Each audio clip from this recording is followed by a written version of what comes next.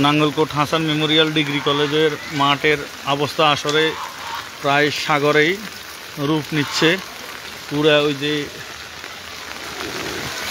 মাঠ পুকুর দিঘি ওই যে এটা বাঁশি এখন পুরা কলেজ মাঠেই সাগরে রূপান্তরিত হয়ে গেছে। এখন পর্যন্ত মোটামুটি কলেজের মাঠেই পুড়ে গেছে, পুকুর টুকুর ভেসে পুরা কলেজের মাঠের যেই পরিস্থিতি। নাঙ্গলকোট হাসান মেমোরিয়াল ডিগ্রি কলেজের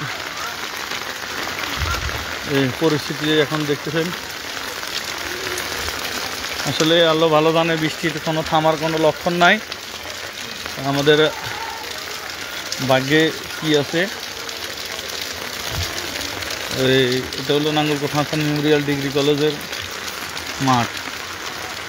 এখন পর্যন্ত পুরা ওই যে পুকুর টুকুর ভেসে মাঠের পরিস্থিতি এমন অবস্থায়। ওইখানে ওইদিকে মাছ ধরতেছে। এটা হলো হাসান মেমোরিয়াল ডিগ্রি কলেজের মাঠের এই পরিস্থিতি, পুরাটা ভাসে গেছে। ওই দিঘির কলেজের দিঘি সহ মোটামুটি সকল কিছু কভার করে ফেলছে। সবাই দোয়া করবেন ইনশাআল্লাহ, আল্লাহ যাতে সবাইকে সেই সালামতে হেফাজতে রাখে, আমাদেরকে দুর্যোগ মোকাবেলা করে স্বাভাবিক জীবনে ফিরে আসার জন্য আল্লাহ আমাদের সহায় হোক ইনশাআল্লাহ। সবাই দোয়া রাখবেন, নিজ নিজ অবস্থান থেকে সামাজিকতার সাথে এই কাজ করেন ইনশাআল্লাহ। তো এখন পর্যন্ত দেখতেছেন এই নাঙ্গলকোট হাসান মেমোরিয়াল ডিগ্রি কলেজের মাঠ এবং পুকুর বাঁশি সাগরে রূপান্তরিত হয়েছে। এই পর্যন্ত মানুষ দেখতে আসছে।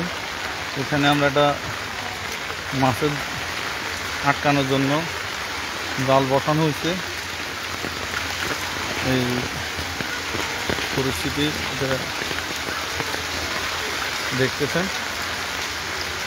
যাই হোক, আল্লাহ আমাদের সবাইকে হেফাজত করুক। সবার কাছে দোয়া চাচ্ছি, আল্লাহ যেত এই বন্যা এবং দুর্যোগ থেকে আমাদেরকে মুক্ত করে। আল্লাহ হাফেজ।